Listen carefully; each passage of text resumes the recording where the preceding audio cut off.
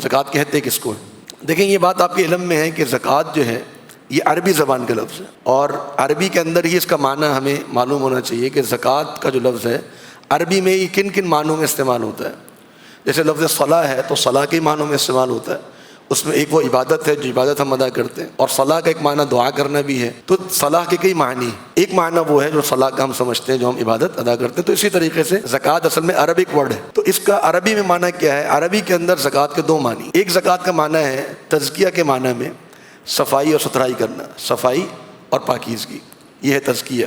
جیسے ہم کہتے ہیں تزکیہ نفس کہ قد افلح من زکاہا، کہ کامیاب ہے وہ شخص کہ جس نے اپنے نفس کو صاف کر لیا۔ صاف کر لیا کس سے صاف کر لیا؟ گناہوں سے، اللہ رب العالمین کی نافرمانیوں سے اپنے آپ کو صاف کر لیا۔ تو یہ صفائی اور پاکیزگی۔ دوسرا جو معنی ہے اس کا وہ ہے اضافت، اضافہ اور برکت، اضافہ ہونا اور برکت ہو جانا۔ کسی چیز میں اضافہ ہو جائے، بڑھوتری ہو جائے، اس کو بھی کہتے ہیں کہ قد زکت، یہ بڑھ گئی، یہ آگے ہو گئی ہے، اس میں برکت بڑھ گئی ہے۔ تو یہ دونوں معنی عربی کے اندر استعمال ہوتے ہیں، اور اگر آپ دیکھیں گے تو یہی دونوں معنی ہمیں زکوٰۃ کی عبادت کے اندر بھی نظر آتے ہیں، زکوٰۃ کی عبادت کے اندر بھی نظر آتے ہیں۔ ایک جو شرعی تعریف ہے وہ ہم سمجھنے کی کوشش کرتے ہیں، یہ تو وہ ہے جو کہ عربک ورڈ کے حساب سے اس کا معنی ہے۔ اس کا معنی یہ ہے کہ آپ زکوٰۃ کہتے ہیں ایک مخصوص مالیت کو، ایک مخصوص رقم کو آپ کہہ لیجئے، مالیت کو آپ کہہ لیجئے، اس کو ہم زکوٰۃ کہتے ہیں، جو کہاں پر ہوتی ہے؟ جو ہوتی ہے خاص مال میں سے، یعنی زکوٰۃ ہر مال پر فرض نہیں ہوتی، زکوٰۃ ہر مال پر نہیں ہے، مخصوص مال ہے، مخصوص چیزیں ہیں جن پر آپ نے زکوٰۃ دینی ہے۔ دوسرا اسی طریقے سے جب وہ مال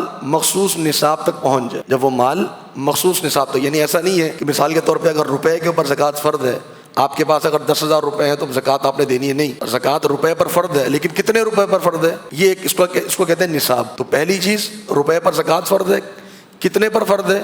وہ اس کا ایک نصاب ہے جو ہم سمجھیں گے انشاءاللہ۔